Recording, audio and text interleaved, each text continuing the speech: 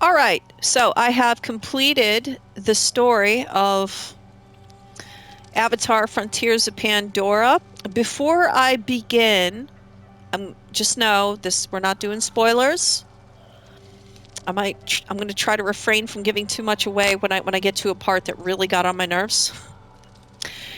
Uh, but I wanted to say, if you are not looking for another open world game that does open world game things, I highly recommend that you stay away from this game. It is an open world game. It's going to do open world game things.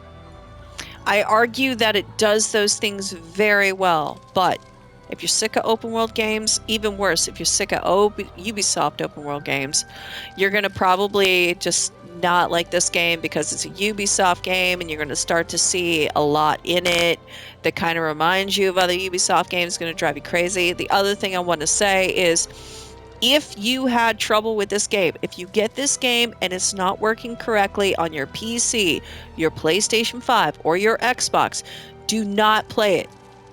If you notice there is something inherently wrong with the game's performance, if it feels broken to you in any way, I want you to take that game and get your money back. This is a $70 game. Nobody should be hanging on to games that do not work on their preferred format. Period. I don't care what you're playing on. Get your money back. Money matters, right? Okay, with that out of the way, my initial video, most of what I said in my initial review, I still feel the exact same way. I really have enjoyed the 70-ish hours that I put into this game, and I'm looking forward to playing more of this game. Cannot wait. There's a lot more stuff to do, and I'm excited to hop on here and see what other adventures I can get into. So, with that said, let's talk about the things that I did not think were very good about this game. And I have a list because I want to keep this video tight. The number one, the gear system still weighs down the experience. I don't mind a leveling system that is tied to gear, but I really feel like the gear system in this game is very weird. There will be a point where you'll get a shotgun and you'll have one that's like level, it's like 125. It does 125 damage, and then you'll pick up one that does 100 damage, and you'll notice that it gives you a higher level rating than the one that puts out 125, and you're trying to wrap your brain around why this level, like this shotgun that puts out 100 damage, is somehow giving you a higher level than the one that puts out 125, and you can scarcely wrap your brain around it. And you'll have moments like that in 11 because it's so damn wonky. Sometimes it's not very satisfying. The way some gear levels your character up, and then other gear that you think should level your character up does not level your character up. It's just, I don't know. I'm assuming that the subordinate stats with each weapon also play a huge part in that. But still, a shotgun that puts out 125 damage should raise your score more than one that does 100. I don't care what the passive buffs are on it. Forget it. Get out of here with that. Another thing that I found was a little overwhelming is the different currency in this game. You got spare parts. You can also use those spare parts to craft explosives and certain ammo, which is fine. But you also use the spare parts to buy stuff from the resistance. And then you go out into the world and you have clans, and you buy stuff through them depending on how much favor you have that you've accumulated with that clan. And then you have this lady who does weekly challenges over by Home Tree, and she pays you in beads. And whenever you see a game that has multiple currency systems going on, it's, well, I automatically put an X on that, okay?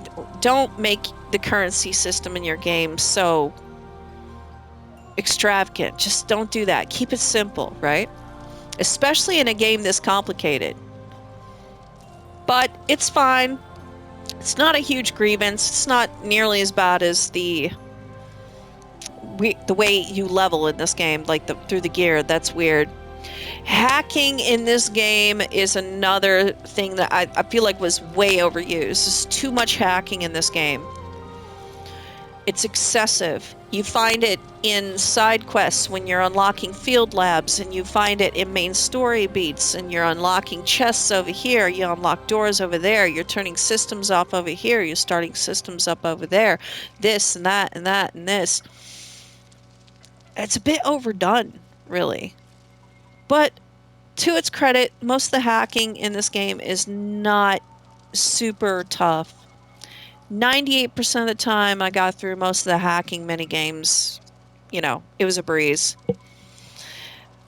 The one thing that really got on my nerves with this game is not the story, but that ending, that mother effing ending. What the actual F? I'm trying to keep this PG-13 video. Okay, I can scarcely wrap my brain around it. If you wanted to create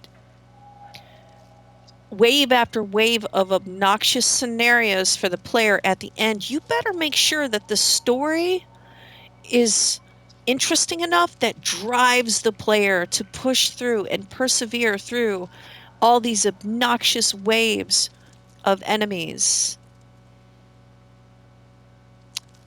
The story is not good enough to have that obnoxious, like it was completely obnoxious. The ending mission was, oh my gosh, ooh, frustrated me to no end.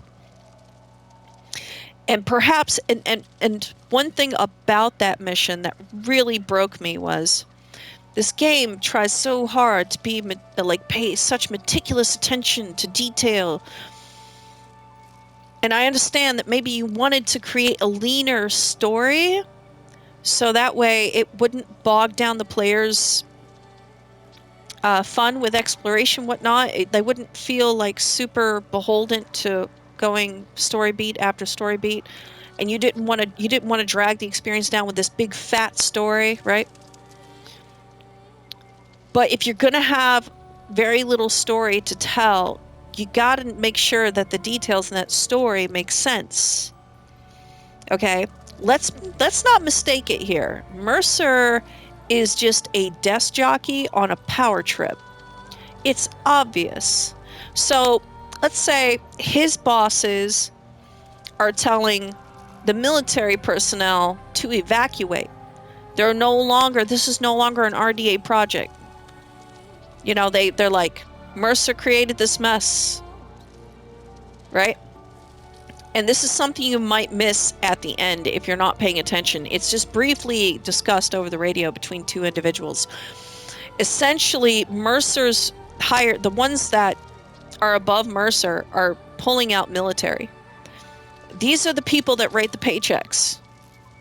And yet, Mercer still has a cult following of military personnel that are staying there. Arguably, the situation could lead to their deaths. Aside from ignoring the orders of the people that are writing their paychecks, they stay behind just to be an obstacle between Mercer and the player.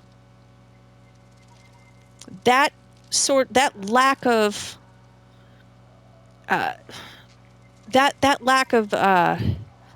sense just drove me nuts, and I'm trying really hard not to get aggravated.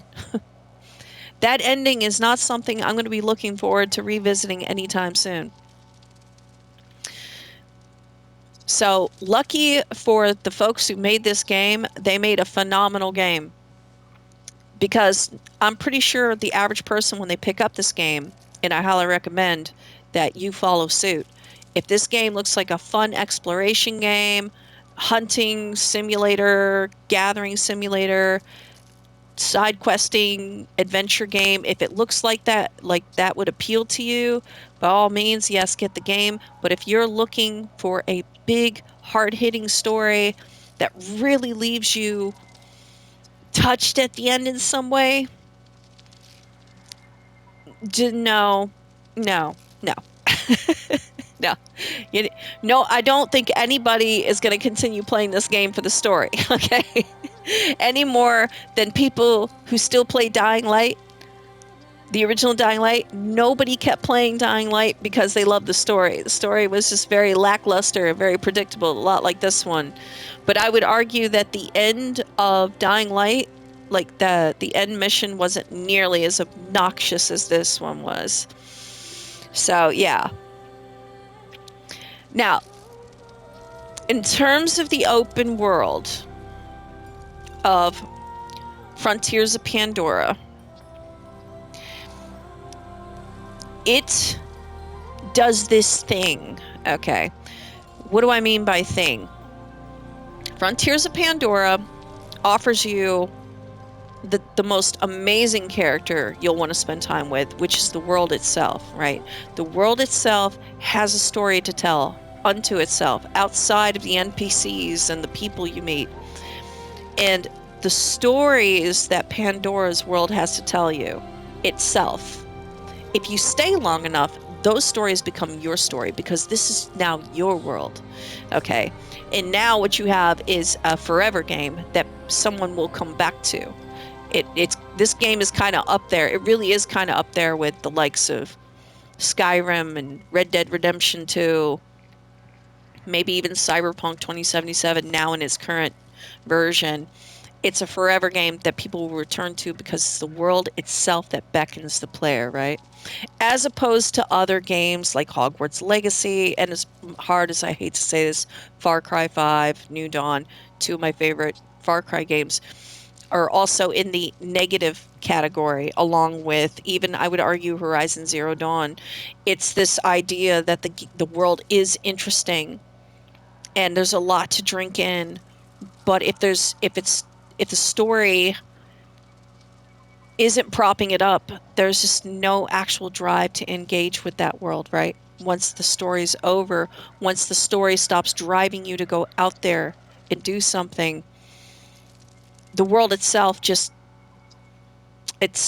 becomes a postcard, right? An interactive postcard. And unless you want to start playing the story all over again, there's nothing really driving you to come back and engage with the world once you've done everything that the world has to actually offer, right? The world itself is nothing to bring you back. It doesn't have a personal identity to it that brings you, the player, back, adopting this world as your own, virtually speaking, right? But Frontiers of Pandora absolutely nails that in a very Red Dead Redemption 2 kind of way and a very Skyrim kind of way. This is going to be a game that will bring open world lovers back to it for a long time. I could just tell it's going to. I'm already a huge fan of this game, but I don't want to. Little Mama still has yet to finish this game, and we're co-oping this game together. So at least I go into the end mission with a little bit more knowledge than I had initially when I got into the end game.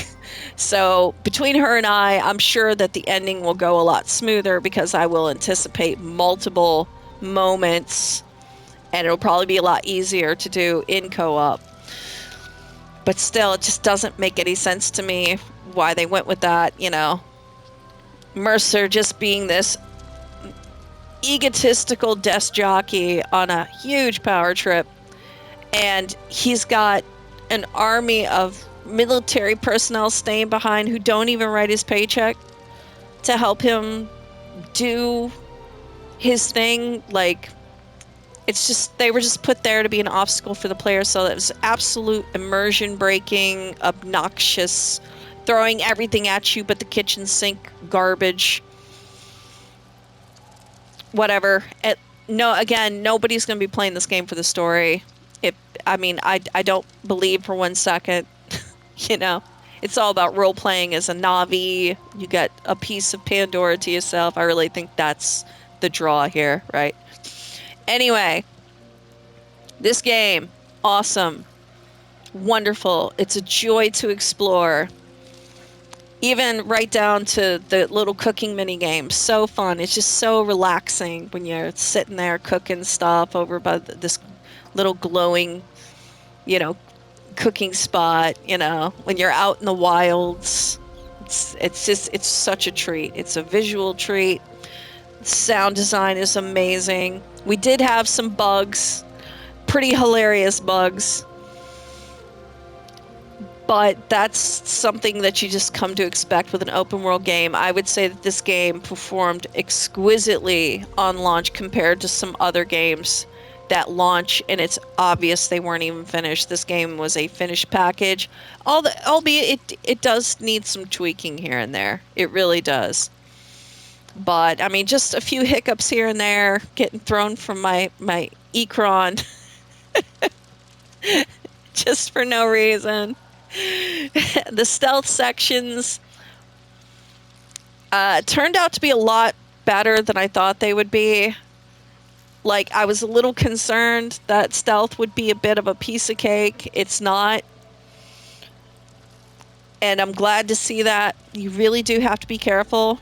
But there are some moments where the RDA can be pretty stupid. Oh, well, what are you going to do? But they can definitely give you a run for your money if you're trying to sneak around and then all of a sudden one comes up on you and you totally did not realize that they were walking that way. So, yeah. This is a fabulous semi-stealth open world game. The combat, another thing, the combat. Yes, you do have to be very tactful here. You have to be very situationally aware. You cannot run and gun in this game. You will get your butt handed to you. You got to stay moving. You got to stay clever. You can't just stupidly run around shooting everything in the face and think that that's going to work out for you. No matter how high level you are, you can always get your butt handed to you. And I think that that's a fabulous concept, that the player will never totally be OP. You're not going to be able to stand in the middle of a bunch of mech soldiers and they're all dumping 50 caliber rounds into you and you can just stand there and take every bit of it because, I don't know, you ate your Wheaties this morning. So this game doesn't do that as far as I can tell, which is good because there needs to be a challenge here to add to the immersion, and it nailed that. So anyway, I feel like I'm done talking. I don't want to make this video any longer than it has to be. Avatar Frontiers of Pandora, freaking awesome game. If you're not sure if it's worth $70, it totally is. If you need to wait for it to go on sale before you give it a shot, hey, that's cool too. If you're not into open world games, I don't think this is going to win you over, so I do not recommend it. But if you are looking for a new open world game to dive into, this is a really, really good one. Don't miss this game.